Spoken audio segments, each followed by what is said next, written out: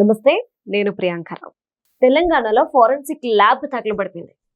మొత్తం కూడా కాలి బూడిదైపోయింది. ఇప్పుడు తెలంగాణలో ఒక చర్చ నడుస్తుంది. ఫోరెన్సిక్ ల్యాబ్ తగలబడిపోయింది కాబట్టి ఇక ఫోన్ ట్యాపింగ్ కి సంబంధించిన కేసు ఏదైతే ఉందో ఇంతటితో క్లోజ్ అయిపోయినట్టేనా? ఆ సాక్ష్యాలన్నీ కూడా కాలి బూడిదైపోయాయా? ఇంకా ఈ కేసుని మర్చిపోవచ్చా అనే చర్చ మొదలైంది. దీని గురించి రోజు డిస్కస్ చేద్దాం. మనతో మాట్లాడడానికి సీనియర్ జర్నలిస్ట్ సిఎస్ రావు గారు ఉన్నారు. ఆయన అడిగి తెలుసుకుందాం. నమస్కారం సార్. ఎప్పుడైతే తెలంగాణలో ఫోరెన్సిక్ ల్యాబ్ తగలబడిపోయిందో అందరూ అక్కడ ఏమై ఉంటుంది, ఎలా తగలబడిపోయింది అనే అనుమానాల కన్నా ఫోన్ ట్యాపింగ్ కేసు అటకెక్కినట్టే ఇంకా మర్చిపోవచ్చే అనే క్వశ్చన్ ని రేస్ చేసేస్తున్నారు. అసలు ఎలా చూడాలి, ఎలా తగలబడింది? అది ఒక కోణంలో నుంచి ఫోన్ ట్యాపింగ్ కేసు సంబంధించి అటకెక్కినట్టు దానికి సంబంధించిన ఆధారాలు కాలిపోయినాయి అని చెప్పి ఒక కోణం నుంచి చెప్తున్నారు. అవును సార్. ఇంకో కోణం ఏంటి, ఇప్పుడు ఎన్నికలు జరుగుతున్నాయి, మున్సిపల్ ఎన్నికలు. దానికి సంబంధించిన ప్రచారంలో ఏం చెప్తున్నారు, కేటీఆర్ గారు వీళ్ళందరూ బీఆర్ఎస్ పార్టీ వాళ్ళు ఓటు నోటు కేసుకు సంబంధించిన పూర్తి ఆధారాలు ఫోరెన్సిక్ ల్యాబ్ లో ఉన్నాయి, వాటన్నిటిని రేవంత్ రెడ్డి గారే తగలబెట్టించారని చెప్పి వాళ్ళు ఎన్నికల ప్రచారంలో చేస్తున్నారు. అసలు అత్యంత బాధాకరమైనటువంటి విషయం ఏంటంటే, ఫోరెన్సిక్ ల్యాబ్ అనేది చాలా విలువైనటువంటి సమాచారం ఉన్నటువంటి ఆఫీస్ అది. అవును సార్. దాదాపు 100 కోట్లకు పైగా విలువైనటువంటి పరికరాలు అక్కడ ఉన్నాయి. ఉమ్మడి ఆంధ్రప్రదేశ్ ఉన్నప్పటి నుంచి అన్ని రకాల సమాచారం నిక్షిప్తమైంది అక్కడ.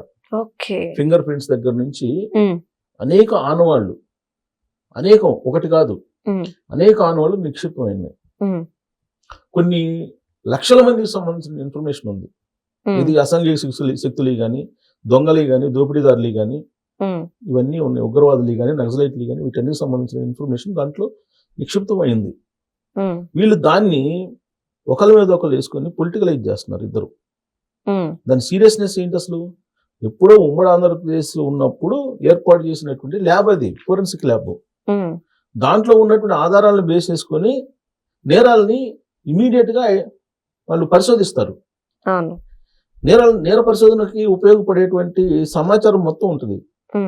మనం ఎగ్జామ్ రాయాలనుకోండి, ఎగ్జామ్ రాయాలంటే లైబ్రరీకి వెళ్తే బుక్స్ రిఫర్ చేసుకుంటాం కదా, సేమ్ అలానే ఫోరెన్సిక్ ల్యాబ్ కు సంబంధించి నేరాలు ఏదైనా జరిగినప్పుడు ఆ నేరాలకు సంబంధించిన పూర్వపరాలకు సంబంధించిన పూర్తి సమాచారం అక్కడ దొరుకుతుంది. రెఫరెన్స్ మొత్తం బూడిదైపోయింది. ఇప్పుడేం లేవు ఆధారాలు. అక్కడ విత్ ఇన్ అవర్స్ లో మొత్తం కాలిపోయింది, బూడిదైపోయింది. ఎందుకు కాలిపోయింది ఏంటంటే ఇప్పటి వరకు ఇతిమిద్దంగా తెలియదు. షార్ట్ సర్క్యూట్ అంటే జనరల్ గా అగ్ని ప్రమాదం జరగగానే ఏమంటారు, షార్ట్ సర్క్యూట్ అంటారు, ఇదే అంటారు. కానీ ఇప్పుడు నమ్మడానికి లేదు. ఎందుకు నమ్మడానికి లేదు షార్ట్ సర్క్యూట్ అని చెప్పి అని అంటే, ఎలా ఇప్పుడు 2023 ఎలక్షన్స్ అయిపోయిన తర్వాత ఎస్ఐబి ఆఫీస్ లో, స్పెషల్ ఇన్వెస్టిగేషన్ బ్యూరో ఆఫీస్ లో ఇంటెలిజెన్స్ ఎంత అక్కడ ఏం జరిగింది, కంప్యూటర్స్ ని, హార్డ్ డిస్క్ ని, పెన్ డ్రైవ్స్ ని, మొబైల్స్ ని, వీటన్నిటిని తీసుకెళ్లి మూసీ నదిలో పడేశారు. కొన్నిటినేమో కాల్ చేశారు, తగలబడింది అని చెప్పారు. అవునా? అప్పుడు మరి అక్కడ షార్ట్ సర్క్యూట్ అయిందా? కాలేదుగా. దాన్ని ఇన్వెస్టిగేషన్ చేస్తే రాధాకిషన్ రావు, ప్రణీత్ రావు, ప్రభాకర్ రావు, ఈ బ్యాచ్ మొత్తం, రాహుల్ బ్యాచ్ మొత్తం ఇన్వెస్టిగేషన్ చేస్తే వాళ్ళు ఇచ్చినటువంటి వాంగ్మూలాన్ని బేస్ చేసుకొని ఫోన్ ట్యాపింగ్ కేసు సంబంధించిన ఫైనల్కి వచ్చింది. ఫైనల్లో అసలు ఎవ్వరు సూత్రధారి అనే దాని మీద ఇన్వెస్టిగేషన్ కూడా చేశారు. కేసీఆర్ గారిని పిలిచి రీసెంట్ గా, అవునా, తెలుసుకునే ప్రయత్నం చేస్తూ కేసీఆర్ గారిని కూడా పిలిచారు. అంటే ఇంకా అర్థం ఏంటి, కొన్ని వందల మందిని విచారించిన తర్వాత అసలు సూత్రధారి ఎవరు అనేది ఫైనల్ చేసి శిక్షించేటువంటి లేదంటే అరెస్ట్ చేసేటువంటి సమయంలో ఈ మొత్తం కాలిపోయిందని అంటే ఏమనుకోవాలి, ఎవరు చేస్తుంటారని చెప్పి అనుకోవాలి అనేది ఒక పాయింట్. రెండేంటి, ఓటుకు నోటు కేసుకు సంబంధించి కూడా ఒకవేళ ఇన్వెస్టిగేషన్ చేస్తుంటే ఆ ఇన్వెస్టిగేషన్ సంబంధించిన రిపోర్ట్ కూడా అక్కడ ఉంటుంది. ఎందుకంటే ఫోరెన్సిక్ ల్యాబ్కి అప్పుడు పంపించారు వాయిస్ అదంతా కూడా. ఆ ఇన్ఫర్మేషన్ ని లేకుండా చేశారు, అప్పట్లో ఉన్నటువంటి ఇన్ఫర్మేషన్ లేకుండా చేశారు అని చెప్పి ఇప్పుడు బీఆర్ఎస్ పార్టీ వాళ్ళు ఎలక్షన్ సందర్భంగా ప్రచారం చేస్తున్నారు. అయితే ఈ ఫోరెన్సిక్ ల్యాబ్ తగలబట్టడానికి ముందు రేవంత్ రెడ్డి గారు బహిరంగ సభలో ఏం చెప్పారు, భార్యాభర్తలు మాట్లాడుకునేటువంటి విషయాన్ని కూడా తెలుసుకొని ఫోన్ ట్యాపింగ్ ద్వారా తెలుసుకొని ఆనందించారు, ఇంత దుర్మార్గులు ఇల్లు అని చెప్పి ఆయన కామెంట్ చేశారు. ప్రతి పొలిటికల్ మీటింగ్ లో కూడా ఖచ్చితంగా వీళ్ళు ఫోన్ ట్యాపింగ్ లో వీళ్ళని క్షమించకూడదు, భార్యాభర్తలు మాట్లాడుకుంది కూడా వీళ్ళు విన్నారు కాబట్టి వీళ్ళని శిక్షిస్తాను, వీళ్ళని అరెస్ట్ చేస్తానని చెప్పి ఎలక్షన్ అయిపోగానే నేను చేసే పని అదేనని చెప్పి రేవంత్ రెడ్డి గారు చెప్పారు. ఇంకేం చేస్తాడు?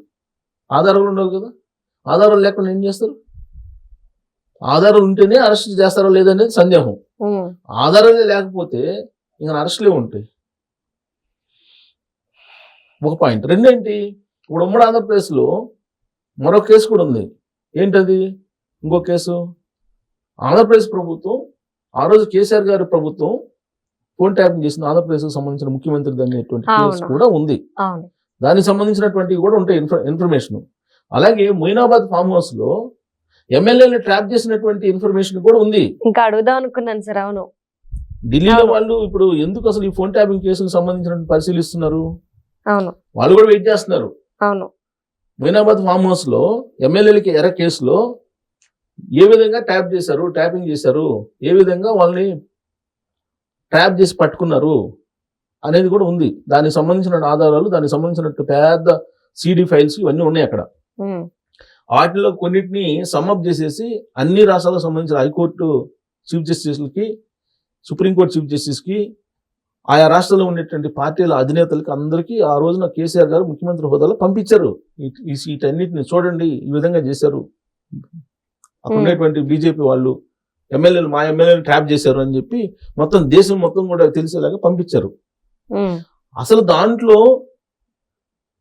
అసలు ఏం జరిగింది, అంతకుముందు ట్యాపింగ్ ఎవరెవరు చేశారు, ఏ విధంగా సమాచారాన్ని రాబట్టుకున్నారు, ఇవన్నీ మొత్తం అక్కడ ఉంది. మొత్తం ఆ ఫోరెన్సిక్ ల్యాబ్ లో ఉంది ఇన్ఫర్మేషన్. ఉమ్మడి ఆంధ్రప్రదేశ్ దగ్గర నుంచి ఇవాళ వరకు కూడా మొత్తం ఇన్ఫర్మేషన్ దాంట్లో ఉంది. మొత్తం దెబ్బకి బూడిదైపోయింది. ఇంకెప్పుడు అటు ఫోన్ సరే, వాళ్ళు చెప్తున్నటువంటి ఓటుకు నోటు కేసు అనుకోండి, లేదంటే మొయినాబాదు ఎమ్మెల్యేలకి ఎర కేసు అనుకోండి, లేదంటే ఫోన్ ట్యాపింగ్ అనుకోండి, ఏదైతే ఉగ్రవాదులకు సంబంధించిన ఇన్ఫర్మేషన్ ఉంటుంది, నక్సలైట్లకు సంబంధించిన ఇన్ఫర్మేషన్ ఉంటుంది, విదేశాలకు సంబంధించినట్టు, కుట్రకు సంబంధించినట్టు ఇన్ఫర్మేషన్ ఉంటుంది. ఎంతో విలువైనటువంటి సమాచారం దాన్ని తగలబెట్టి పరిస్థితి. అంటే తగలబెట్టారా తగలబడిందా అనేది నిర్ధారణ కావాలి. కానీ దాన్ని రాజకీయంగా ఇప్పుడు మున్సిపల్ ఎన్నికల్లో ఉపయోగించుకుంటున్నారు. ఇదే ప్రధానమైనటువంటి అంశంగా ఇప్పుడు ప్రచారం చేసుకుంటున్నారు. ప్రచారం చేసుకుని కేటీఆర్ ఏమో రేవంత్ రెడ్డి గారి మీద ఓటుకునేటి కేసు, కాంగ్రెస్ పార్టీ వాళ్ళేమో ఫోన్ ట్యాపింగ్ కేసు నుంచి తప్పించుకునేదాన్ని తగలబెట్టారని చెప్పేసి వాళ్ళు ప్రచారం చేస్తున్నారు. మధ్యలో ప్రేక్షకుల్లాగా సమాజం మిగిలిపోయింది.